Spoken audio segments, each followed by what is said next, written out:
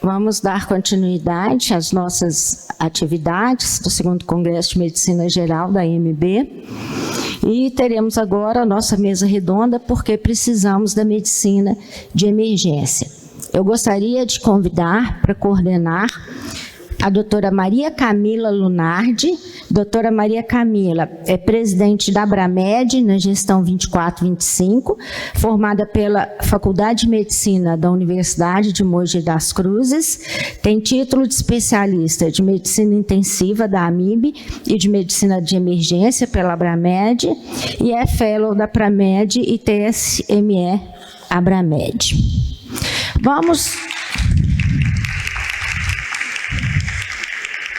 Vamos já chamar os componentes da mesa e depois iniciaremos com as apresentações. Gostaria de convidar também o Dr. Ian Ward Maia, Dr. Gabriel Martinez. Dr. Gabriel fez residência médica em Medicina de Emergência pelo HC da Faculdade de Medicina da USP, título de especialista em Medicina e Emergência pela Abramed, atual assistente do PS do HC da USP e diretor clínico do SAMU de São Paulo.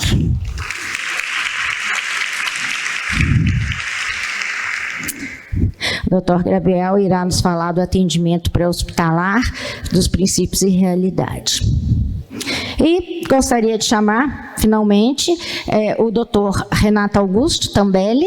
Dr. Renato, ele é supervisor da residência médica de emergência do Hospital das Clínicas da Faculdade de Medicina de Marília, presidente do Comitê de Ultrassom na Medicina de Emergência da Abramed, membro do Wine Focus, World Interactive Network Focused in Critical Ultrasound, e membro da Câmara Técnica de Medicina e Emergência do CREMESP.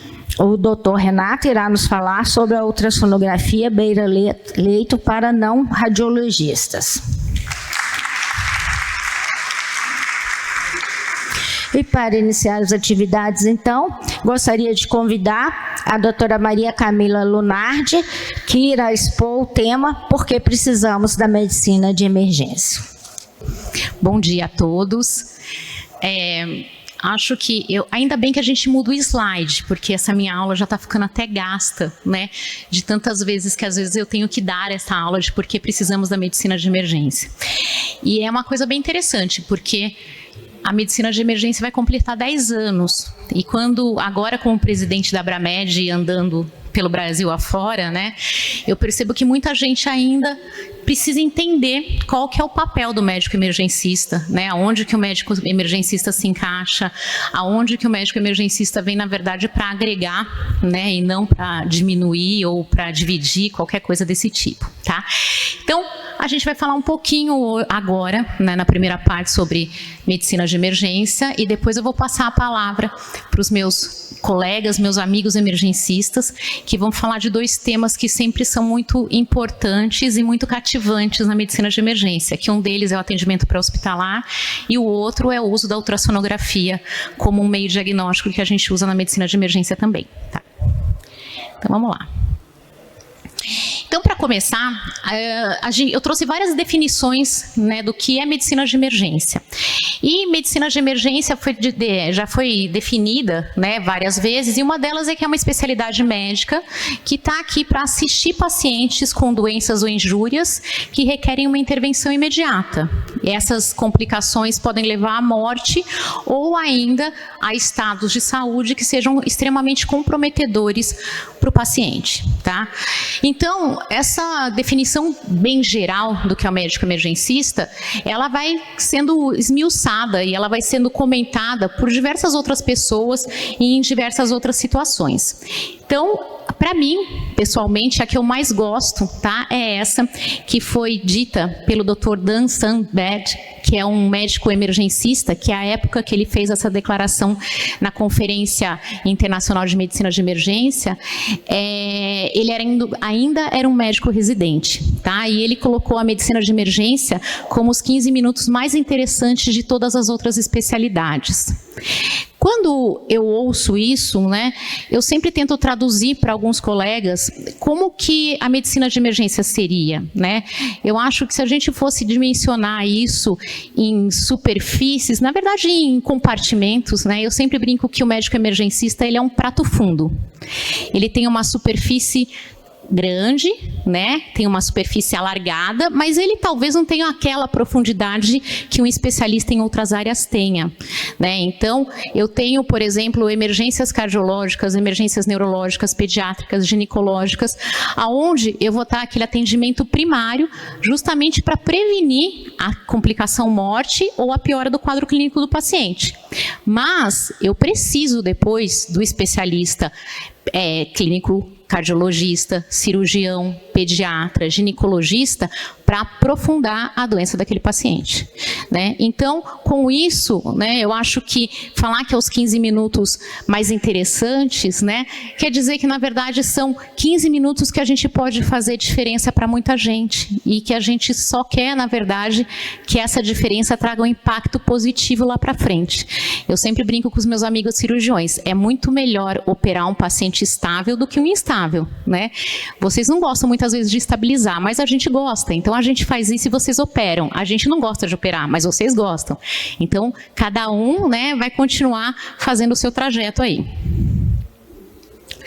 O American College também fez uma definição em relação ao médico emergencista, né, que ele fala que é o responsável por uma avaliação inicial, diagnóstica, pelo tratamento, né, e o encaminhamento. Tá? Esse é um ponto importante. O médico emergencista ele não acaba o trabalho dele ali.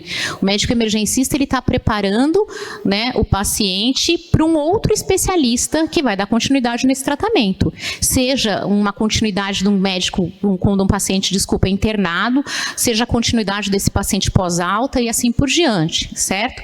E com isso a gente atende também, né, como a definição do American College mostra, uma gama de todos os pacientes. E com isso, o American College fez essa campanha, né, de anything, anyone, anything, anytime. Ou seja, o médico emergencista ele vai atender qualquer pessoa, em qualquer lugar e a qualquer hora. Então, ele é um médico, na verdade, que é treinado e capacitado para resolver problemas imediatos. Não quer dizer que ele é o único médico que vai resolver os problemas, mas com certeza ele é um médico que vai auxiliar muito num momento onde a decisão tem que ser imediata e ela tem que ser assertiva. Talvez essa seja um dos grandes desafios do médico emergencista, né? A necessidade que a gente tem de ser assertivo o tempo todo. Porque um médico, quando está dentro de um departamento de emergência e ele não tem um treinamento adequado, ele tem grande possibilidade de colocar aquele paciente mais em risco do que auxiliar aquele paciente para continuar a vida, tá? E eu trouxe aqui esse slide saiu. Tem um que saiu que está com um probleminha aqui, deixa eu... Mas eu trouxe uma linha do tempo só para a gente dar uma olhadinha, né? E, na verdade, o que a gente mostra aqui nessa linha do tempo é que, quando a gente fala da medicina de emergência, a gente percebe que o Brasil ele tem um atraso de 40 anos, praticamente, em relação a muitos países no mundo. Esse ano, por exemplo, eu fui agora para Taipei, fui para Taiwan participar do Congresso Mundial de Medicina de Emergência e eu me espantei porque lá os taiwaneses, que são uma ilha, que não tem nem 3 milhões de habitantes, estavam comemorando o 30º aniversário da especialidade reconhecida no país. Tá? Quando eu conversei com eles em Hong Kong, 35 anos. A gente tem países que têm 45 anos da especialidade reconhecida. Então, quer dizer, são países onde a especialidade ela já está muito bem implantada e ela é tão reconhecida quanto qualquer outra especialidade médica. Mas a gente sabe que a nossa história no Brasil, com esse déficit de tempo ainda, né, com esse atraso no reconhecimento, com esse atraso na visão da necessidade de você ter um médico que fosse especialista naquele momento e que pudesse melhorar a qualidade de vida do paciente, inclusive impedir a morte de muitos deles, tá? Ela ainda ia demorar muito para ser reconhecida. Mas, né, a gente tem uma satisfação muito grande, porque o Brasil, além de ter tido o reconhecimento nacional há 9 anos atrás, nós tivemos em 2023 o reconhecimento internacional, que a medicina de emergência no Brasil é uma medicina de emergência que faz diferença para a população que atende. Esse título é dado pela Federação Internacional de Medicina de Emergência. E todas as vezes que uma sociedade médica, né, a especialidade se destaca no seu país, ela entra para a associação, para a Federação Internacional. E em 2023 foi a vez do Brasil entrar para a Federação Internacional. E em 2024 a gente teve essa feliz surpresa de nós sermos nomeados para trazermos o Congresso Mundial, o Congresso Internacional de Medicina de Emergência para o nosso país em 2028. Ou seja, né, hoje, internacionalmente, eles reconhecem não só que a gente faz diferença no Brasil, mas que a gente pode, né, mostrar que a medicina de emergência faz diferença no mundo. A medicina de emergência brasileira faz diferença no mundo. E eu sempre digo que, na minha opinião, né, o primeiro médico, Hipócrates, né, ele era um emergencista, com certeza. Né? Não consigo entender ele tendo aberto um ambulatório e fazendo medicina preventiva naquela época. Provavelmente chegou alguém doente, prestes a morrer, que teve que ser atendido por ele. Tá? Então, quer dizer, a medicina de emergência, por mais que a gente acha que ela exista há 10 anos, não. A medicina de emergência existe desde que a primeira pessoa ficou doente, desde que a primeira pessoa precisou de um atendimento imediato, desde que a primeira pessoa teve um risco potencial de morrer e precisava de alguém para reverter aquela situação. Frente a isso, a gente fala muito, mas a gente tem que comprovar aquilo que a gente fala, tá? No Brasil, a gente ainda está em produção em relação a esses tipos de trabalho, mas a gente já tem muitos trabalhos internacionais, inclusive, se vocês forem ver, esse trabalho é de 2011, tá? Onde mostra como foi feita a diferença quando você colocou um emergencista para atender e qual era a diferença que esse emergencista trazia, tá? Então, eu trouxe vários trabalhos que mostram que tem redução de mortalidade, que o médico emergencista ele é mais custo-eficaz, o médico emergencista sabe direcionar mais o exame que ele vai pedir, sabe direcionar mais o paciente que ele vai internar, sabe direcionar mais o paciente que tem que ficar num departamento de paciente crítico, um paciente que já está melhor e que já poderia ir para um departamento de uma enfermaria e assim por diante. Outros trabalhos, tá? Médicos formados, né? Os residentes formados em medicina de emergência. Eles são médicos que eles trazem mais segurança no atendimento do trauma, eles têm uma assertividade na primeira intubação tão boa quanto de um anestesista. E a gente tem que lembrar que a gente não consegue colocar dentro de um departamento de emergência todas as especialidades ao mesmo tempo, que tenham todas as expertises ao mesmo tempo. Então a gente tem que treinar uma pessoa que ela possa fazer o máximo possível de todas as áreas onde vai prevenir a morte ou a piora de um doente. Médico emergencista, ele traz maior segurança, ele pede menos exames complementares, ele é um médico que ele vai dar uma alta mais segura para o paciente, ele vai deixar o paciente por menos tempo dentro do departamento de emergência, porque ele consegue direcionar e enxergar o direcionamento melhor para o paciente quando ele chega no departamento, tá? E isso aqui é muito interessante também, né? Nos Estados Unidos isso aqui é muito visto, mas o médico emergencista, ele é menos processado. Né? E quando a gente pensa nisso, eles têm muito menos gastos. E quando a gente levanta, por exemplo, dados brasileiros, eu levantei há 2 anos atrás alguns dados do estado de São Paulo, todos os processos que advinham de departamento de emergência, nenhum deles tinha como processado um médico emergencista. Tinham médicos de outras especialidades, ou ainda mais comum, sem especialidade nenhuma, que estavam atendendo no departamento de emergência, mas não emergencistas, tá? E o médico emergencista, ele tem essa característica de ser muito, né, diversificado. Então, você enxergar uma sala de emergência, um carrinho de parada, um carrinho de ventilação, né, um carrinho de via aérea, é o nosso mundo, é aquilo que a gente vê todos os dias e que a gente adora ver uma sala organizada desse jeito. Mas a gente sabe que a realidade no Brasil ainda está longe disso, né? A gente tem departamentos lotados. E isso eu acho que é muito importante a gente lembrar. Porque todas as vezes que a gente olha o departamento de emergência e pensa que a medicina de emergência lida com o caos, infelizmente sim, mas não existe emergência lotada, existe hospital lotado. Tá? A emergência, na verdade, ela é uma porta de entrada, mas o fluxo do hospital como um todo é o que faz a diferença para um emergencista trabalhar com mais ou menos qualidade. E isso é uma das coisas que nós, dentro da medicina de emergência, lutamos todos os dias. Tá? Parece, muitas vezes, é até cômodo ter um setor lotado desse jeito, porque a gente pode até justificar erros. Mas, tá, o mais correto e o mais indicado é que o médico emergencista, ele tem esse gerenciamento, e isso a gente aprende na medicina de emergência. O médico emergencista, ele aprende a atender um paciente na rua, ele aprende a educar outros médicos e graduandos de medicina para serem melhores como emergencistas, ou formar emergencista propriamente dito, e ele aprende a gerenciar sistemas de emergência. Então, a nossa fronteira ela vai um pouco além daquele departamento lotado. A gente tem uma possibilidade muito grande de melhorar muito a saúde como um todo, né? E, inclusive, cooperar muito com políticas de saúde. Porque só quem está lá dentro consegue enxergar a realidade daquilo que a gente está passando, tá? E, em resumo, eu gosto bastante de trazer isso, tá? Emergência não é bico. Infelizmente, o que a gente vê ainda dentro dessa especialidade, médico emergencista é um especialista. E quando a gente olha, a gente vê muita gente ainda pegando plantão no departamento de emergência para complementar uma renda, né? Ninguém pega plantão na escala da neurocirurgia para complementar uma renda. Ninguém pega plantão na escala da plástica, na escala da torácica, da cirurgia cardiovascular, do anestesista. Lá, né, existe um rigor, existe, né, leis que protegem, existem resoluções que protegem aquele paciente para ele ser atendido por um especialista.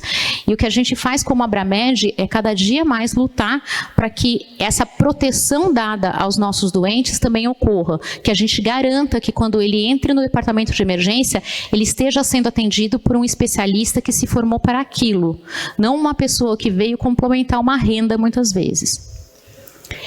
E outra pergunta que sempre fazem para a gente, o que a gente é, né? E o médico emergencista, ele é aquela pessoa que infelizmente ou felizmente, sei lá, se identifica com tudo, né? Parece meio uma situação meio esquizofrênica, porque ele nunca sabe se ele vai falar que ele é clínico, cirurgião, pediatra, ortopedista, assim por diante, mas a gente é um pouquinho de tudo. Se a gente fosse um animal, a gente seria um ornitorrinco, né? Cada pessoa que enxergar, vai enxergar uma partinha nossa. Tem alguns que vão ser mais clínicos, outros mais pediatras, outros mais cirurgiões, mas a nossa formação é uma formação única, tá? E uma formação de paciente crítico, não de especialidade outras que não a nossa. Por que isso acontece? Eu já estou terminando, vou passar rapidinho. Porque o nosso padrão cognitivo, ele é diferente do padrão cognitivo que a gente aprende na faculdade. A gente não trabalha com um quadro onde a gente tem uma história, uma anamnese, a gente pede exames complementares e a gente faz um diagnóstico definitivo. O médico emergencista, ele enxerga o paciente como o que vai matar o paciente primeiro. Tá? E a gente atende voltado a isso. Nós, muitas vezes, e até parece estranho para outras pessoas, a gente muitas vezes nem se importa qual era o diagnóstico que o paciente teve na hora que ele entrou na nossa sala. A gente importa que a insuficiência respiratória dele foi tratada, que a arritmia dele está controlada, que o choque dele foi revertido e que a gente está encaminhando ele para o especialista da área que vai dar continuidade e vai investigar se aquela insuficiência respiratória do paciente era uma pneumonia, se aquele choque do paciente era cardiogênico, se aquela arritmia do paciente era um Wolff-Parkinson White. Isso para a gente não importa, tá? O que importa é que a gente está entregando o paciente melhor para o especialista da área. Por isso que muitas vezes o que a gente é enxergado como pessoas estranhas que pensam fora da caixa. E a gente é mesmo, tá? O médico emergencista, ele é uma pessoa estranha, mas ele é uma pessoa... E vocês vão perceber que ele é a pessoa mais gente boa que tem no hospital quando você vai bater um papo com eles, tá? Então, o médico emergencista que a gente busca é exatamente uma pessoa que ele pode ser um líder dentro do departamento de emergência, que ele vai ser resolutivo, que ele vai seguir processos, tá? Não é um caos a medicina de emergência, não é um caos o departamento de emergência. Um departamento de emergência bem gerenciado e com processos é um departamento de emergência que trabalha e produz de maneira efetiva e eficaz, tá? Ele é um paciente que promove segurança, ele promove educação continuada. Ele é uma pessoa que ele tem, né, uma característica de gostar de trabalhar em equipe. a gente tem que trabalhar com enfermagem, com fisioterapeuta, com assistente social, com psicólogo, com outras especialidades médicas. Então, isso é uma característica do médico emergencista.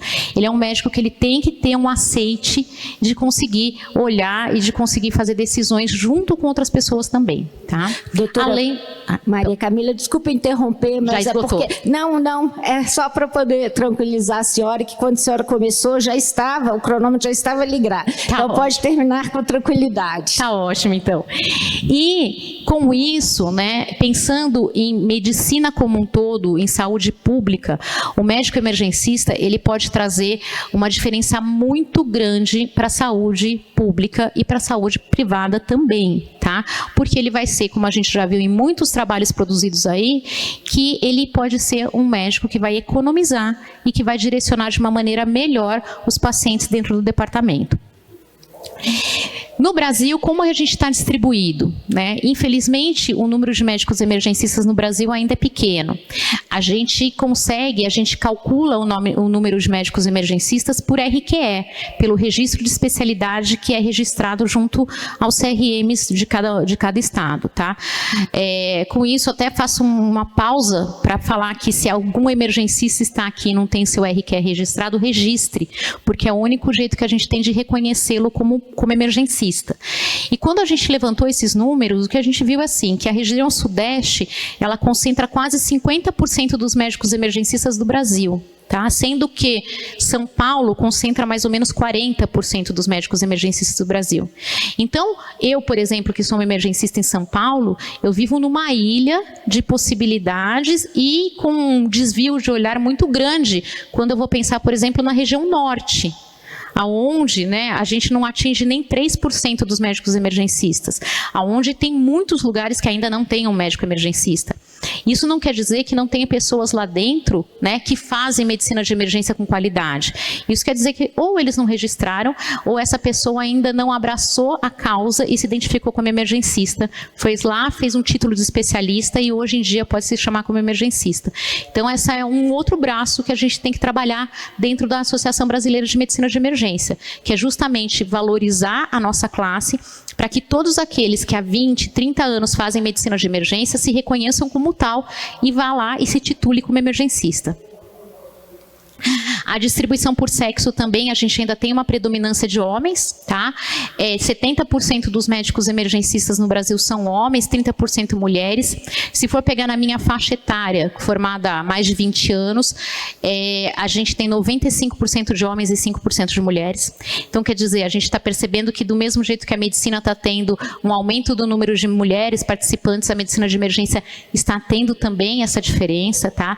Hoje em dia, a gente já pega serviços de residência médica, onde a maioria é mulher e não homem, e isso é uma coisa muito interessante, porque quando eu comecei a fazer medicina de emergência há 20 anos atrás quase, as pessoas olhavam para mim e falavam assim, ai, você coitada, não vai ter família, né, não vai ter vida, não sei o que lá, e eu sou mãe de 3 filhos, então quer dizer, meus filhos estão lá, estão criados, estão bem cuidados, e eu consigo ser médica emergencista, ser mãe e ser uma pessoa, Maria Camila Lunardi, com meu CPF, fazendo minhas coisinhas também. Então, a emergência ela não limita ninguém, pelo contrário, ela expande a gente, tá?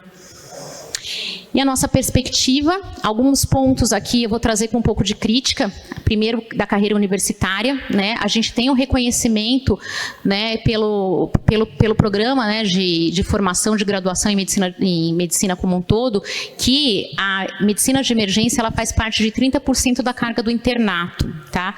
E eu vou falar qual é a minha crítica. Como que isso é avaliado?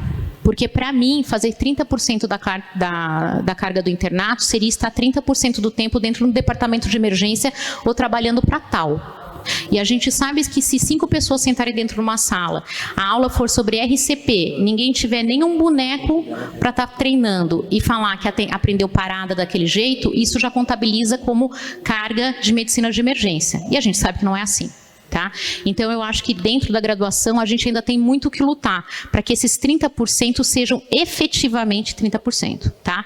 Fora isso, o médico emergencista ele tem a possibilidade de gestão de serviços e a gente percebe que aqueles serviços que estão sendo, né, gerenciados por emergencistas, eles estão começando a trazer lucro para aquele local onde o emergencista está trabalhando. A gente tem uma política de aumento de vagas ainda dentro da rede de residências médicas.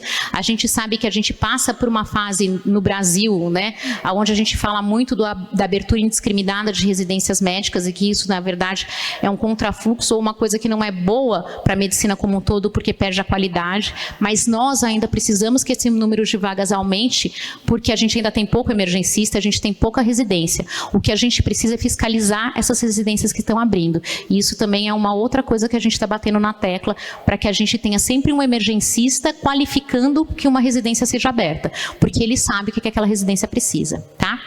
Fora isso, a gente tem uma possibilidade de expansão de áreas de atuação imensa. A gente já tem área de atuação na emergência pediátrica e a gente já está pleiteando, né, várias outras, como a toxicologia, como já fazemos parte da medicina aeroespacial, em medicina de áreas remotas e assim por diante, né?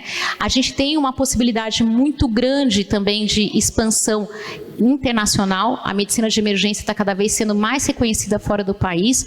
Nós já compomos a Federação Latino-Americana e agora a Federação Internacional de Medicina de Emergência, e o Brasil tem um potencial de, em poucos anos, né, liderar a América Latina como um todo, como um país com a medicina de emergência mais avançada que tem. E nosso caminho é longo, mas eu enxergo esse caminho como a estrada de Marília. Eu imagino o doutor Tambelli que está aqui, né, que pelo amor de Deus, que estrada longa, né? Mas eu lembro que uma das primeiras coisas que eu fiz como formadora de médicos emergencistas foi ir para Marília dar uma aula, né? Não me arrependo em momento nenhum. Nos 350 quilômetros eu fiquei arrependida, mas hoje em dia eu fico muito feliz de ter ido para lá e começar a fazer isso, tá? E eu só queria agradecer a todos. Obrigado pela oportunidade. Obrigada, AMB, por trazer uma mesa tão relevante na medicina de emergência, e a gente vai discutir agora um pouco mais de temas que eu tenho certeza que vocês vão ficar muito mais empolgados a se falar. Obrigada. Olá, pessoal. Muito bom dia a todos. É um imenso prazer estar aqui com grandes nomes aqui nessa mesa redonda. É um prazer imenso falar sobre agora o atendimento pré-hospitalar, que é uma área de atuação da medicina de emergência, nesses próximos 20 minutos. Eu pude falar pelo menos umas 3 horas consecutivas sobre pré-hospitalar, não ia me cansar nem um pouco, mas já que o nosso tempo é mais curto, mas vou falar a principal importância de como a medicina de emergência atua na medicina pré-hospitalar. Bom, antes de falar sobre a medicina pré-hospitalar, a gente tem que só lembrar um pouquinho sobre quem criou a medicina pré-hospitalar. O princípio de tudo veio desse homem aqui chamado Dominique Jean-Larry, que lá na época de Napoleão, lá na época da Revolução Francesa, ele é médico cirurgião, foi general do exército do Napoleão, e ele ficava indignado com os soldados que eram feridos em campo de batalha e não eram atendidos imediatamente. Então, com isso, o Dominique Jean, ele pensou uma forma, tipo, como que eu consigo ajudar esses soldados no campo de batalha para ser levado para um hospital para receber atendimento imediato. E foi a partir disso que ele elaborou ideias de transporte desses soldados, e com isso conseguiu com que eles se recuperassem melhor e voltassem depois para as batalhas. Foi a partir desse momento que depois ele se tornou o pai dos serviços médicos de emergência, e as primeiras contribuições do Dominique Jean foi basicamente o transporte imediato no campo de batalha dos soldados para um hospital de campanha. Era basicamente essa configuração, e depois dessa ideia, que depois foi para a Inglaterra, foi para os Estados Unidos, e começou a aprimorar um pouco mais da medicina pré-hospitalar, com a invenção da comunicação no rádio, a comunicação dos códigos Q e o despacho de equipes mais avançadas. No Brasil, mais ou menos, surgiu em 1970, 1980. Não era reconhecido ainda o trabalho médico ou o trabalho de resgate no Brasil. Surgiu na época dos bombeiros, mais ou menos no Rio de Janeiro e em São Paulo, onde o veículo que a gente tinha para disponibilizar para resgate, para ajudar pacientes que eram atendidos fora do ambiente de pré-hospitalar, era essa van, que atualmente era do grupo de resgate e ação às urgências, que era o GRAU, daqui de São Paulo. Eles tinham essa ambulância, que era o número 1, e a partir do momento que foi tendo melhores equipamentos, melhores condições de transporte. Então, nesse caso, eles colocaram viaturas menores e colocaram equipes mais avançadas. Mas no Brasil, na época de 70 e 80, ainda não era reconhecido. Era visto, como a Camila falou, era entre aspas, um bico. Só que, atualmente, é um trabalho bem digno, e esse aqui era o Instituto. Mas quando que o Brasil começou a se reconhecer o trabalho médico na atenção pré-hospitalar?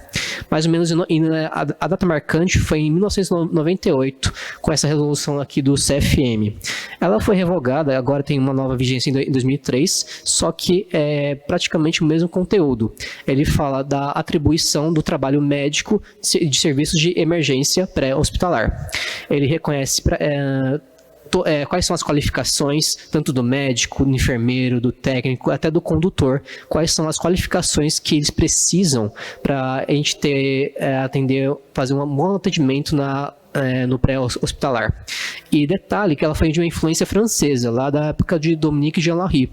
Por que influência francesa? Porque a parte francesa, ela indica que tem que ter médico no atendimento pré-hospitalar. Diferentemente do norte-americano, que eles colocam paramédicos, que teve uma história totalmente diferente, que não convém ao caso. Mas a gente tem uma influência francesa que garante que o nosso trabalho do APH tem que ter médico, tanto na coordenação quanto no campo de atuação, e também sobre essa lei de 98. Essa foi a lei que reconheceu o trabalho médico no APH. Mas uma outra data marcante aqui no Brasil foi em 2002 e 2003, no qual a Portaria 2048, que abriu as portas da Política Nacional de Urgências e Emergências, que ele determinou quais são os princípios que vão regir todos os sistemas de urgência e emergência, tanto da parte de coordenação, da parte de regulação e também da parte de quais equipamentos, quais são as normas que o atendimento pré-hospitalar tem que seguir, de acordo com toda a política nacional. E a data importante para o SAMU, para o Serviço de Atendimento Móvel de Urgência, foi em 2003, quando essa portaria 1864, ela implantou o Sistema de Atendimento Móvel de Urgência na Política Nacional de Urgências e Emergências. Essas duas portarias estão em vigor até hoje. Até o momento, elas não foram revogadas. Então, elas são usadas de base para todos os serviços médicos de emergência, de APH, para a gente seguir, para a gente se nortear.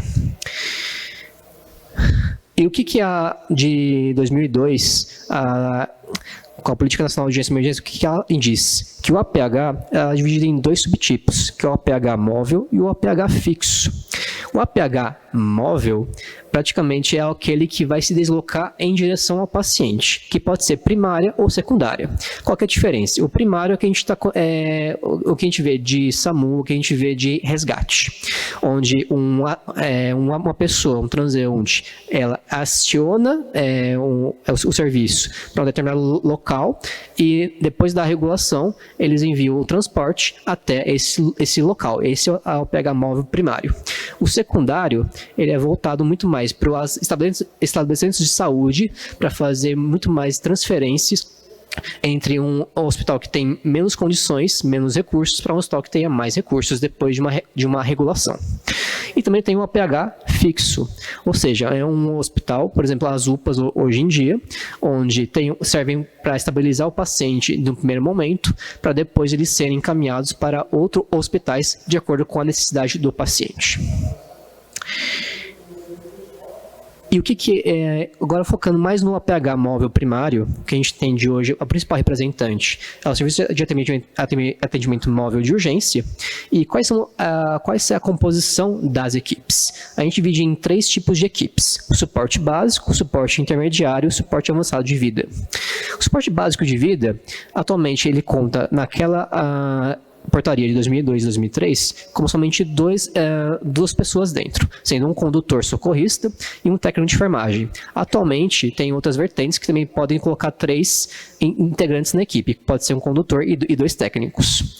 O suporte intermediário de vida, ou os CIVs, são novos e já foram reconhecidos também pelo COFEI e pelo COREI, e também tem um condutor, e também tem um técnico e um enfermeiro ou 2 enfermeiros nessa ambulância. Além disso, também tem o suporte avançado de vida, que consiste praticamente de um condutor, um médico e um enfermeiro nessa equipe. Mas agora, falando sobre os princípios de atendimento pré-hospitalar, quais que são as normas, quais são os pensamentos que a gente utiliza durante todo esse processo? A gente tem 3 grandes pensamentos, que é o princípios e preferências, pensamento crítico e os princípios éticos, que a gente não pode esquecer nunca. Os princípios e preferências são praticamente, princípios é o fundamento científico pelo qual o paciente vai receber uma intervenção. Essa intervenção tem benefício para esse paciente no prognóstico, e as preferências são só os modos que a gente vai utilizar para atingir os princípios. Mas isso varia de acordo com a situação que você se encontra, com as condições de trabalho que você está tendo no momento, com o seu conhecimento, que você dispõe naquele momento e com os equipamentos que você dispõe na sua ambulância ou no seu APH. Então, dependendo de como essas situações se apresentam para vocês, o princípio pode ser alcançado de forma mais fácil ou mais difícil. Mas a gente sempre tem os princípios, o que tem que ser feito, e a gente tem que se adaptar com as preferências, ou seja, a gente utilizar os modos para alcançar esses princípios da melhor maneira possível, sem prejudicar o paciente. Além disso, também tem a parte que a medicina de emergência mais atua, que é o pensamento crítico.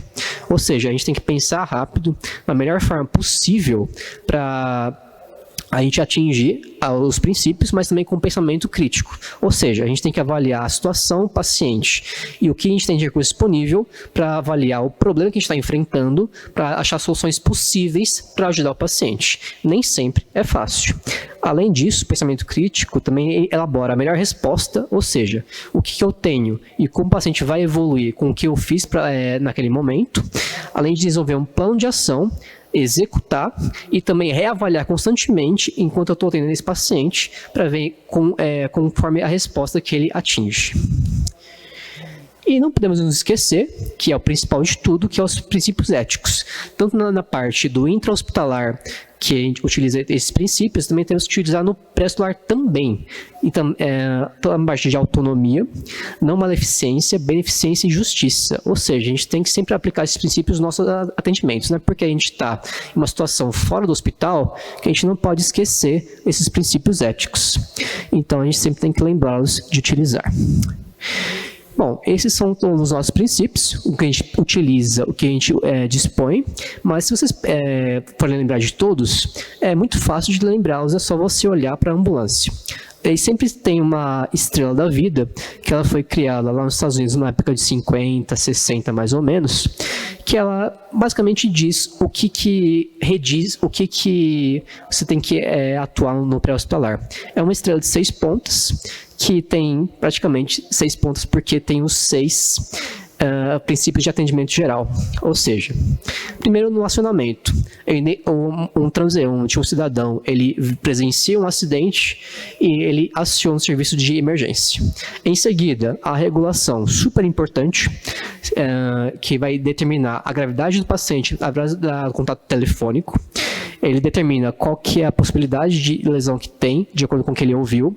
Ele despacha, logo em sequência, um recurso para esse paciente, seja um suporte básico, seja um suporte avançado de vida.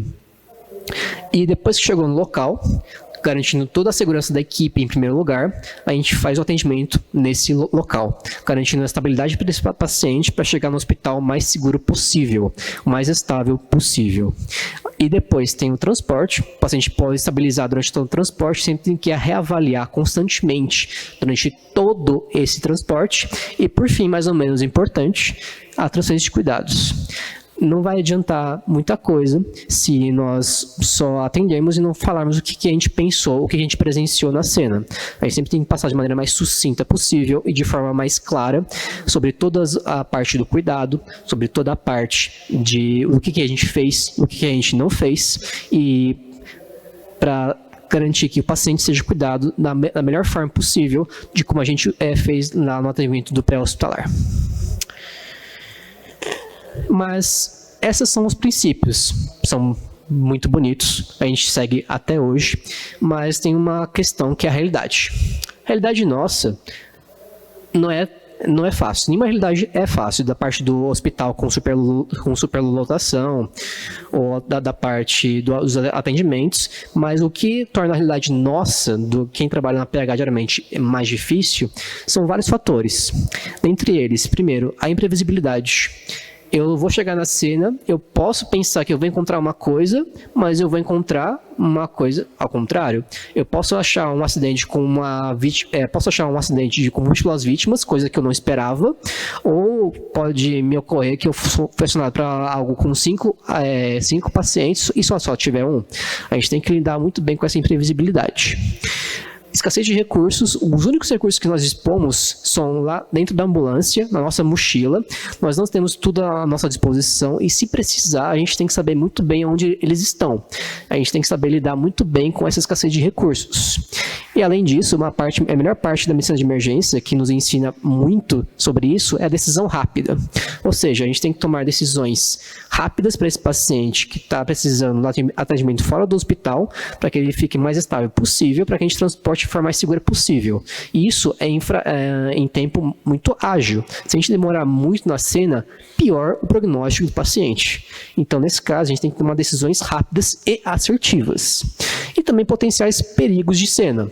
Pode estar com um carro que pode pegar fogo, pode estar em rodovias bem movimentadas, pode ter animais perigosos na cena, cachorros, outros animais que podem apresentar perigo para a equipe, pode ter sinais de violência na cena. A gente tem que tomar muito cuidado.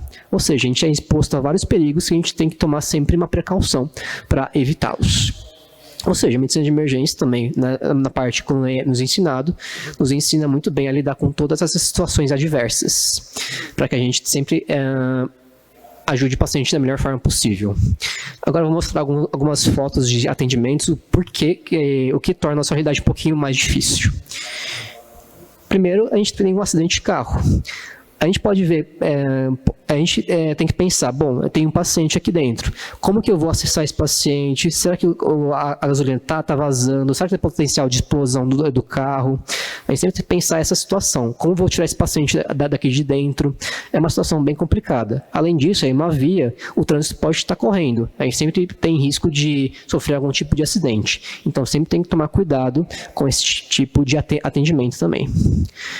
Também a gente tem que avaliar a cena em si, a cinemática, para que a gente avise depois na transferência de cuidados como esse paciente se apresentou. A gente tem que ver o interior do veículo de forma segura, para ver se acionou o airbag, para ver com que velocidade que estava, e além disso a gente tem que ver a cena como um todo também. Para vocês verem, esse poste aqui foi uma batida de carro, no qual o poste ele foi deslocado, que ele estava na posição original aqui, e ele foi arrastado até alguns metros, alguns centímetros depois do local. Ou seja, perigo de cena. Também a gente tem que tomar cuidado para não sofrer nenhum tipo de acidente.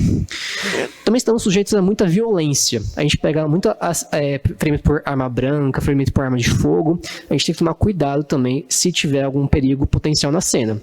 A gente atende paciente também eviscerado, a gente atende paciente com ferimento penetrante de tórax, e a gente faz da melhor maneira possível para atender, deixá-los estáveis, para depois socorrê-los para um hospital que tenha recurso adequado para que ele seja atendido da melhor maneira possível. Além disso, também, a gente tem locais com espaço muito reduzido. A gente vai atender em casas, em apartamentos, no meio da rua. E, por exemplo, essa cena que a gente tem um cobertor aqui foi uma cena de uma parada cardiorrespiratória. Tinha uma paciente aqui no meio, que a parada foi revertida pela equipe, e depois a gente teve que remover da cena. Ou seja, é uma cena que tem pouquíssimo espaço. A gente tem que se adaptar a esse espaço de forma rápida para que o paciente seja atendido. Imagina, temos uma dificuldade, só temos 3 componentes dentro da equipe em um espaço pequeno, ou seja, a gente tem que se adaptar muito bem a essas situações. E também essa outra cena aqui foi um atendimento de trauma, uma queda do telhado, e o paciente estava aqui no meio também. A gente teve que também readaptar todo o espaço para que o paciente sofresse as intervenções necessárias para ser transportado de forma segura e eficaz. E por fim, por que a gente gosta desse trabalho? porque o trabalho em equipe que nós fazemos nos traz muita gratificação. Quando a gente tem alguma parada cardiorrespiratória revertida, quando a gente atende um trauma grave que chega no hospital estável, quando a gente chega com uma dor torácica que a gente identificou qual foi a causa dessa dor, um infarto, uma dissecção de aorta, a equipe fica muito animada, a gente fica muito feliz em fornecer o cuidado para esse paciente no pior dia da vida dele, com grande ajuda, e a equipe fica muito contente com isso. E com essa felicidade a gente consegue continuar cada vez mais nos aprimorando, nos atualizando, para que o paciente sempre tenha a melhor intervenção possível. São algumas imagens da equipe que a gente trabalha, com alegria em atendimentos difíceis, com atendimentos com potenciais letalidades para o paciente, e que no fim chega nos hospitais estáveis. E todas as equipes aqui muito agradecidas, e até mesmo um paciente pediátrico, a gente atende qualquer coisa, pediatria, ortop, GO, tudo, que a gente sempre tem um retorno muito bom desses pacientes. Bom, era isso que eu tinha para falar para vocês. Se vocês puderem depois só escanear esse QR Code, que ele tem basicamente um formulário só para dar um feedback da apresentação. Toda vez que a gente tem uma apresentação, a gente sempre agradece o feedback no que a gente sempre pode melhorar nas oportunidades de fala. Bom, gente, era isso que eu tinha falado para vocês. Muito obrigado. Olá, pessoal. Gostaria de primeiramente agradecer o convite de estar aqui com vocês, falando sobre um tema extremamente relevante dentro da medicina de emergência e da medicina geral, que é a ultrassonografia Point of Care. Eu não posso começar a falar desse tema esse ano sem essa nota de pesar. Nós perdemos esse ano um grande mestre da ultrassonografia, à beira-leito, professor Elmo, médico intensivista, foi meu mestre, né? E assim, um dos precursores do Point of Care no Brasil e grande incentivador do uso da ultrassonografia à beira-leito pelos emergencistas também. Bom, mas vamos voltar para a sala vermelha. Nós estamos lá de plantão, essa é uma imagem da nossa emergência lá de Marília, e eis que chega para você uma jovem, né, lá do setor de triagem, de 38 anos de idade, e ela está hipotensa, taquicárdica e bastante sonolenta. Qual o papel do emergencista nesse momento, né? O que vocês esperam de alguém que vai dar um atendimento a essa jovem dentro de uma sala de emergência? O que passa pela cabeça do médico emergencista nesse momento? Será que eu inicio noradrenalina? Será que eu faço um bolus de volume? Será que ela precisa de antibióticos? Será que precisa de um procedimento cirúrgico, como a drenagem torácica, uma pericardicentese? Será que é cirúrgico que essa menina tem? Será que é trombólise que ela precisa? Será que ela precisa de puffs de salbutamol? Então, assim, várias coisas passam pela cabeça de um emergencista nesse momento. E, neste momento, que você não tem espaço para erro, né? Porque o tempo é muito curto. Nós lidamos com uma situação em que eu preciso tomar decisões extremamente rápidas contra o tempo, visto que a cada tempo que passa que eu não descubro que essa menina tem, ela tem uma chance grande de ir a óbito, né? E lutar contra a morte o tempo todo ali é muito o que vive o emergencista diante dessas situações críticas. Então, o que você precisa ter para atender essa menina de forma adequada? Precisa ter o melhor da medicina, né? Você precisa ter uma história clínica bem feita, que muitas vezes você não vai ter tempo, visto que ela está chocada, grave, muitas vezes sem acompanhante, você não vai conseguir tirar. E você precisa o melhor do seu exame físico, né? O exame físico, aquele antigo, né? Que vem desde a escola médica, inspeção, palpação, percussão, ausculta, que tem mais de 200 anos, né? A última atualização do exame físico ali é com o LANEC, né? Com a ausculta. Então, assim, mas a gente sabe que a modernidade está aí, recursos diagnósticos mais modernos são disponíveis. E será que você não consegue lançar mão de nada tecnológico à beira-leito para melhorar a acurácia daquilo que você vai fazer como primeira medida para essa menina que chega chocada, gravemente doente, e o homem, ao longo do tempo, vem aperfeiçoando as suas ferramentas, né? E, sem dúvida nenhuma, o ultrassom acaba sendo o exame físico aperfeiçoado nessa situação de choque, como eu estou colocando aqui. E o que é ultrassom à beira-leito? Não tem nada a ver com o exame feito pelo radiologista, né? O ultrassom à beira-leito é uma extensão do exame físico. Ou seja, o médico está ali, ele vai usar aquele equipamento como uma ferramenta que vai trazer para ele mais informações detalhadas sobre aquele quadro para que eu possa tomar uma conduta mais assertiva. Ou seja, aumentar a chance dessa moça de sobrevivência diante de uma situação ameaçadora de vida. Isso não sou eu que estou falando, né? Isso já é falado há muito tempo. O próprio Braunwald, né, do Tratado de Doenças Cardiovasculares, já dizia que é mais que tempo da gente adicionar o quinto pilar do exame físico. Então, não mais inspeção, palpação, percussão e ausculta, mas também a insonação, como sendo um elemento que deve, inclusive, ser ensinado desde da escola médica. Então, como que seria o uso desse ultrassom? O ultrassom estaria ali para permitir que eu tome essa decisão nesse momento delicado de forma mais assertiva, visto que numa menina jovem chocada, pelo menos 7, 8 diagnósticos diferenciais, todos vocês podem me dar aqui do que ela tem. Mas tenha certeza que eu posso até usar recursos diagnósticos mais avançados, mas eu não tenho tempo para transportá-la, muitas vezes até uma tomografia, até uma angiorressonância ou algum exame mais específico. Então o ultrassom, ele é fundamental para que eu tome uma decisão mais próxima do que a paciente de fato precisa. E durante muito tempo o ultrassom estava onde, né? Ele estava lá na radiologia, né? Fechado a 7 chaves lá. Eu costumo colocar assim, até muitas vezes inacessível.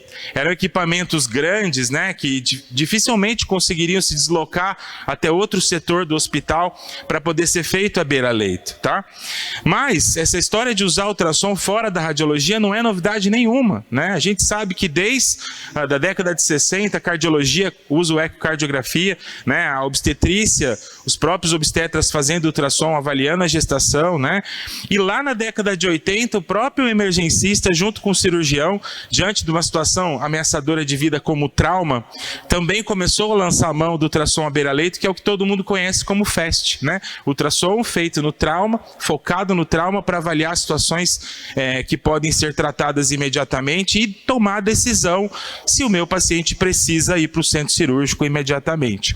Depois disso, muitas outras especialidades também vem incorporando o POCUS, né, ultrassonografia Point of Care, na sua prática, como a medicina intensiva, com os avanços com o ultrassom pulmonar. A gente tem que dizer claramente que o ultrassom pulmonar nasceu dentro da terapia intensiva, né?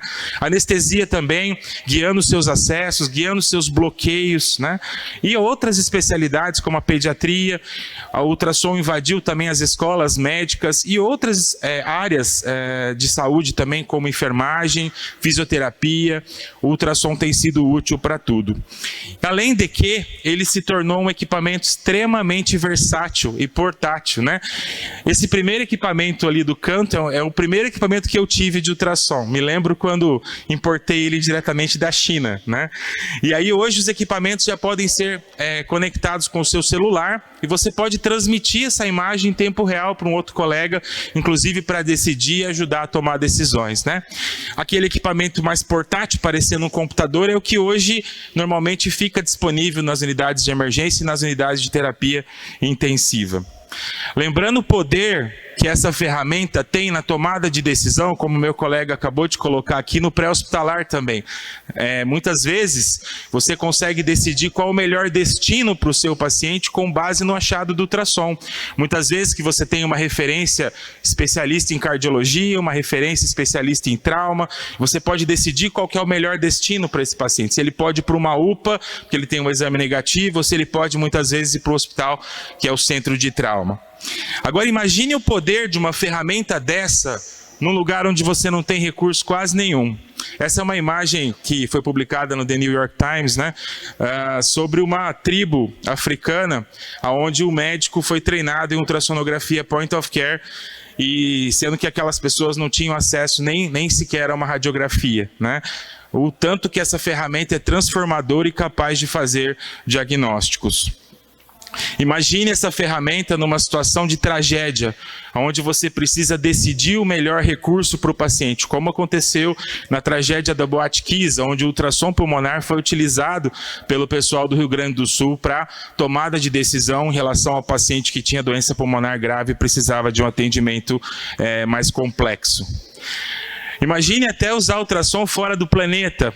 E isso acontece com os astronautas, né? Que eles aprendem a fazer algumas monitorizações, principalmente em relação à bainha do nervo óptico e avaliação de mudanças da tireoide, né? Muitas vezes eles aprendem ultrassom e transmitem as imagens para a base da NASA para que isso seja interpretado e muitas vezes decida a volta de um astronauta desse da base espacial. E por que, então, usar o POCUS no cenário de medicina de emergência? Eu diria que ele é esse as do baralho, né? Ele é uma ferramenta totalmente game changer. Primeiro porque ele é point of care, ou seja, ele está disponível para você à beira-leito. Se ele está lá, por que não usar? Essa é a primeira coisa.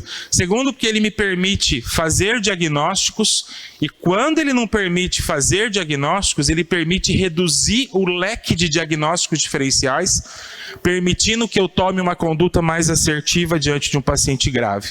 Ele me permite ressuscitação, e aí eu estou falando tanto de ressuscitação cardiopulmonar, o ultrassom pode ser utilizado, como também ressuscitação volêmica. Isso é extremamente relevante o uso do ultrassom para definir se meu paciente precisa ou não de volume.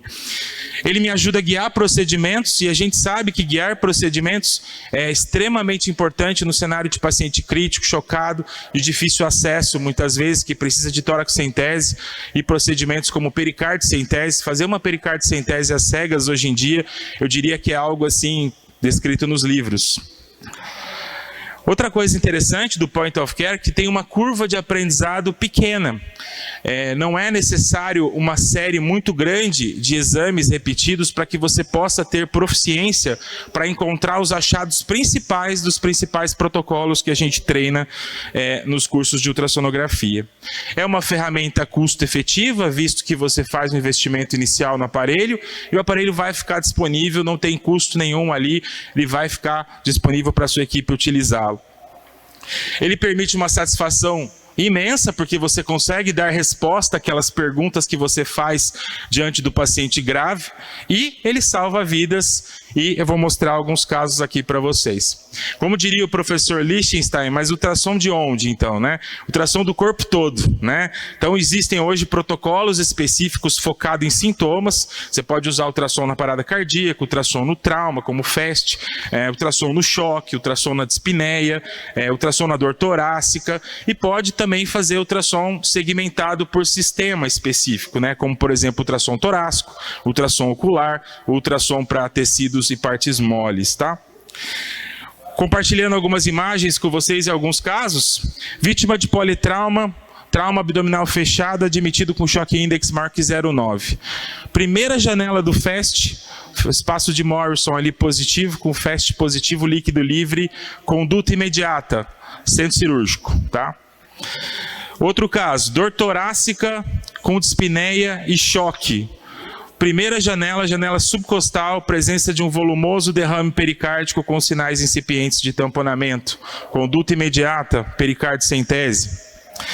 Outro caso, idoso com tosse produtiva, dispneia e febre. Imagem ali do Plep's Point à direita, onde a gente vê uma consolidação pulmonar extensa, né? Ali você pode ver até o diafragma dividindo o fígado, né? Você pode até confundir que o fígado do pulmão está hepatizado, né? E você vê os pontos branquinhos se movimentando, que são os broncogramas aéreos dinâmicos, né? Imagem patognomônica de pneumonia. Esse paciente está em choque séptico, precisa de tratamento para pneumonia. Paciente vítima de trauma, ferimento por arma branca torácico, né? Chegou chocado também. Ultrassom pulmonar mostra ali derrame pleural, né? Com conteúdo de sedimento, né? Lembrando muito o hemotórax nessa condição. Esse paciente chocado precisa de drenagem torácica imediata, tá? Outro caso interessante, bastante comum na nossa realidade, paciente como a menina jovem que chegou com dispneia, hipoxemia, janelas cardíacas mostrando aumento significativo das câmaras direitas, né? E sinais de cor pulmonar agudo. Diante desses sinais, somados com esse ultrassom Doppler de membro inferior, mostrando um trombo na artéria femoral, na veia femoral, você está diante de um evento tromboembólico, né? Um cor pulmonar agudo por tromboembolia pulmonar. Esse paciente precisa de trombólise, né? Trombólise endovenosa, tá? Outro caso interessante, uma jovem com febre e calafrios há 15 dias. Você não achou foco, mas na janela paraesternal do eixo longo você encontra um espessamento da válvula mitral, lembrando ali uma vegetação, você está diante de uma endocardite bacteriana.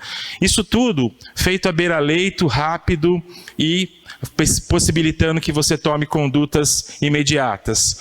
Outro caso bastante comum na emergência é esse. Uma mulher hipertensa com quadro de dispneia e hipoxemia. Primeira janela pulmonar anterior, padrão de linhas B pulmonar difuso, típico de congestão pulmonar. Você está diante de um edema agudo hipertensivo, tá? Isso é extremamente relevante, vocês podem me dizer, mas é fácil diagnosticar um edema agudo de pulmão. Talvez seja fácil num paciente que você conhece que é cardiopata. Quero ver diagnosticar isso no cardiopata que tem DPOC, que tem outras comorbidades, que são o perfil dos nossos pacientes, normalmente do hospital terciário. Esse aqui, um caso bastante interessante, foi diagnosticado por uma interna, né, do nosso serviço. O paciente com dor abdominal, choque, ela falou, posso fazer o protocolo Rush? Eu falei, pode ir lá. Ela colocou a janela abdominal e olha aí, você vê a aorta abdominal, um aneurisma de aorta abdominal com sinais ali de turbilhonamento do fluxo. Paciente assim, com dor abdominal, em choque até que se prova o contrário, você está diante do aneurisma roto de aorta abdominal, avaliação, consulta cirúrgica imediata.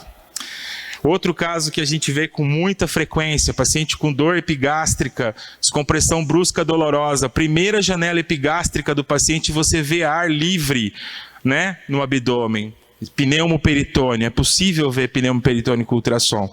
Conduta, avaliação cirúrgica imediata, paciente com pneumoperitônio, tá? Guiando procedimentos aqui, mostrando o paciente cirrótico, Child Plug C, onde a gente avalia o maior bolsão de líquido acítico para fazer a drenagem paracentese guiada desse paciente. Isso é especialmente importante naqueles pacientes que têm carcinomatose peritoneal, onde muitas vezes você precisa avaliar o peritônio para escolher melhor o lugar para fazer essa punção e não trazer complicações para o paciente. E aí, uma passagem de um catéter venoso central, eu fico pensando às vezes, né? Olha só como você vê passo a passo o procedimento sendo realizado, a agulha entrando no vaso, a distância que ela fica da artéria, olha o fio guia sendo passado em tempo real. É simplesmente sensacional. De verdade, poder assistir os procedimentos sendo feitos é algo indescritível, né? E aqui, uma outra coisa que eu gosto muito de utilizar na prática, que é aqueles pacientes de acesso muito difícil, né? Essa era uma senhora obesa que já tinham tentado puncioná-la várias vezes, né? Aí a gente foi com ultrassom, olha lá, um Gelco 16, né? Aí a gente está puncionando a veia cefálica dessa paciente, né?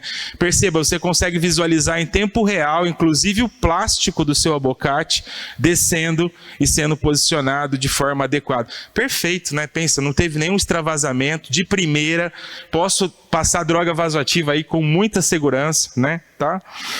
E aqui, durante a parada cardiorrespiratória, tá? E a gente sabe que o ultrassom é fundamental para identificar os Hs e Ts, né, que a gente sempre fala, mas importante aqui eu estou mostrando até mesmo a performance da ressuscitação. Perceba que interessante o movimento de squeezing que o ventrículo esquerdo faz durante as compressões torácicas.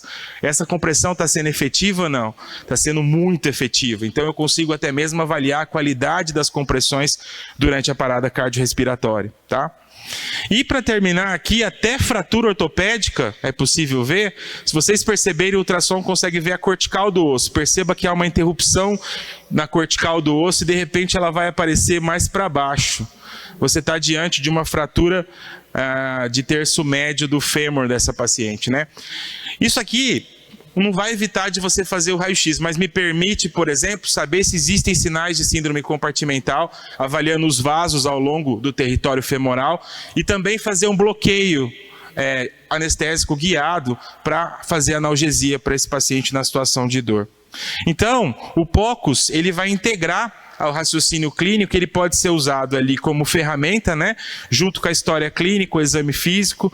Ele pode ser utilizado na terapia, guiando os procedimentos que você vai executar no paciente. Ele pode ser utilizado na reavaliação, para você decidir se ele precisa ser internado ou se ele tem condições de ir de alta, tá? E para fazer o segmento desse paciente também. E aqui, o que eu sempre digo, né? O ultrassom na minha vida foi como se eu fosse um míope grave e de repente alguém trouxesse um óculos e de repente eu consigo enxergar as coisas com muito mais clareza. Obviamente que não colorido, né? Em tons de cinza, né? E como que aprende POCUS? Rapidamente, né? Mostrando essa imagem do Sr. Miyagi. Quem assiste Cobra Kai aí deve saber pelo menos um pouquinho, né? Dessa história que é um pouco mais antiga, né, Camila? Acho que você conhece, eu também conheço o Sr. Miyagi, né? Mas é preciso um mestre. Eu sempre digo isso, é como uma arte marcial. Você precisa ter alguém que te inspire, que você aprenda, que pegue na sua mão. No começo é difícil, principalmente as janelas iniciais, você precisa insistir, né? Mas não é difícil. De tanto que o professor Fox, um grande estudioso de ultrassom, ele fez um estudo bem assim, audacioso, né? O que ele fez? Ele foi na 8ª série de uma escola americana, pegou o melhor aluno da classe e falou: vem cá que eu vou te ensinar a fazer o FAST. E ele ensinou as janelas do FAST para o menino da 8ª série. Aí ele foi mais audacioso, ele falou: já que você aprendeu a janela, agora nós vamos voltar lá na sua turma e vamos dividir em duas. Metade você vai ensinar e metade eu vou ensinar. E o que ele observou? Ele observou que 74% das imagens feitas pelos alunos da 8ª série eram imagens consideradas adequadas. E se comparar o que ele ensinou, o grupo que ele ensinou com o grupo do aluno, foi 78-70 a qualidade das imagens. Então não é difícil aprender a ensonar. Até o menino da 8ª série pode fazer. Obviamente que ensonar é o primeiro passo que você faz. Você aprende os conhecimentos básicos de ultrassom, adquire as imagens, interpreta essas imagens, e o mais difícil sempre é integrar essas imagens dentro daquele quadro clínico e saber o que essa imagem pode te trazer de benefício na decisão quanto à terapêutica a ser tomada, tá? A maior parte dos protocolos, estou acabando, de POCUS, exige mais ou menos de 50 a 75 exames, né? Exceto o exame cardíaco, que é um exame que normalmente exige muito mais treino e muito mais repetição, tá? Tem que tomar muito cuidado, sempre eu falo, né? Porque a gente é um defensor de POCUS, mas o ultrassom não faz nada sozinho, né? A máquina não tem cérebro, né? Você vai ter que usar o seu e correlacionar tudo que você encontrar com os dados clínicos do seu paciente. E muito cuidado também, porque o efeito Dunning-Kruger é extremamente real no POCUS. Porque no começo você começa a produzir algumas imagens, você acha que você está brilhando, que está sensacional, até você cair do cavalo e perceber que está errando várias coisas. E aí você vai para aquele vale do desespero, mas se você continuar estudando, continuar vendo ultrassom, logo você vai partir para outro patamar onde você sabe das suas limitações, sabe das suas capacidades e vai poder sanar essas dificuldades e buscar resolução dos problemas, tá? E aqui eu mostro, né, uma universidade americana, que esses são alunos do primeiro ano da faculdade, que já recebem um ultrassom portátil logo no primeiro dia de aula para aprender ultrassom junto com a semiologia. Pensa numa forma mais fantástica de aprender semiologia, se não é vendo as imagens com ultrassom. Aqui são meus alunos, rapidamente, só mostrando para vocês, aqui também fazendo procedimentos lá na sala vermelha. Aqui também marca-passo, toracocentese. Um outro caminho interessante para aprender ultrassom é através do FOAMED, né? Ou seja, existem recursos disponíveis na internet de muita qualidade, gratuitos. E aqui eu deixo para vocês uma série desses, tá? Vocês podem acessar, inclusive tem o POCUS Jedi ali que é nosso, e todos esses lugares você vai encontrar material gratuito de qualidade ensinando os principais protocolos de ultrassonografia. E é isso, pessoal. Agradeço. Meu nome é Cláudia Navarro, não sou ginecologista, obstetra, trabalho só com reprodução humana, então estou aqui na mesa sem saber bem do assunto, mas na verdade eu estou aqui representando a MB como vice-presidente da região Sudeste, mas dizer que eu acompanhei, Camila, toda esta campanha, esta luta para a emergência virar uma especialidade. Na época eu era conselheira de CRM e realmente a gente pode ver a importância. Inclusive, uma colocação que você fez muito boa de que o emergencista não é para complementar a renda, né? E eu diria que hoje o que a gente tem visto não é nem só a complementação de renda, mas é exatamente aquele aluno que saiu, que não tem a menor formação ainda em urgência e emergência, não tem a segurança e que a primeira coisa, enquanto está aguardando uma residência médica, vai atender numa sala vermelha. E como você colocou, isso aí aumenta muito as denúncias, que não são denúncias contra emergencistas, são denúncias que aconteceram em uma sala de emergência. E pior do que aumentar o risco de denúncias para o médico é a assistência da população, né? Então, pessoas que poderiam ser salvas e não foram porque não estão com um profissional adequado ali. Gabriel, foi fantástica a sua aula também. Eu já tive também, né, um prazer, eu já fui secretária municipal de saúde em BH, então já tive um contato muito próximo do SAMU, não uma admiração muito grande pelo trabalho de vocês. E, doutor Renato, quando o senhor mostrou ali a questão dos cadeados, do ultrassom, quando eu fazia residência médica lá no Hospital das Clínicas, o grau máximo de confiança era quando alguém te entregava a chave da sala do ultrassom, né? Era mais fácil você ter a chave do cofre do hospital do que da sala de ultrassom. E hoje a gente vê essa facilidade, né? E também é importante isso, como o senhor colocou, qualquer menino de 7ª série pode fazer ultrassom, mas ele não tem o cérebro, ele não tem o pensamento. Então não adianta também a gente ter imagem se a gente não souber interpretar o que a gente está vendo, né? Mas fantástico a aula. Nós não teremos tempo para perguntas, eu vou passar para a doutora Maria Camila, que também é coordenadora, para ela fazer alguma colocação. Obrigada, Cláudia. Eu acho que assim, para a gente finalizar, eu acho que uma coisa importante que a gente tem que trazer mesmo da medicina de emergência é isso que você falou, né? A gente ainda tem um acesso muito fácil a ir trabalhar no departamento de emergência sem uma qualificação adequada, tá? E eu acho que uma coisa que a gente tem que destacar muito e que é muito importante para quem está chegando lá também é que tudo que um emergencista faz é baseado em evidência. Ou seja, todos os que estão lá, os emergencistas formados, a gente estudou, a gente produziu literatura, a gente pesquisou em literatura, a gente faz de acordo com a melhor prática médica estabelecida, e é por isso que a gente tem sucesso. Então, o sucesso vem, na verdade, né, do trabalho, do estudo, da qualificação, e a medicina de emergência é sempre uma porta aberta, e essa porta aberta é boa e ruim, né? Do mesmo jeito que nós somos extremamente solícitos para receber essas pessoas que querem aprender e que a gente quer justamente formá-los como emergencistas e como pessoas que têm uma capacidade, né, e principalmente o interesse em continuar dentro do departamento de emergência, nós também temos uma porta aberta que a gente tem que dar uma barradinha aí, que é justamente as pessoas não imaginarem que é um acesso muito fácil a trabalho, um dinheiro fácil de se conseguir e que para isso, né, não vai correr atrás de uma qualificação, de uma capacitação, de uma especialização adequada. Obviamente que não tem, assim, sombra de dúvidas que a melhor qualificação para qualquer especialidade é fazer residência médica. Isso a gente não tem nenhuma sombra de dúvida.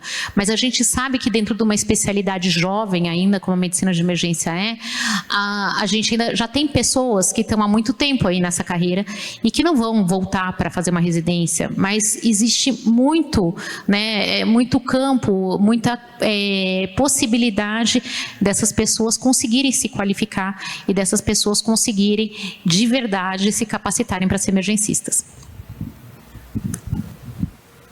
Obrigada, agradeço então a presença de todos, temos intervalo agora, estaremos de volta às 14 horas com as atividades. Muito obrigada.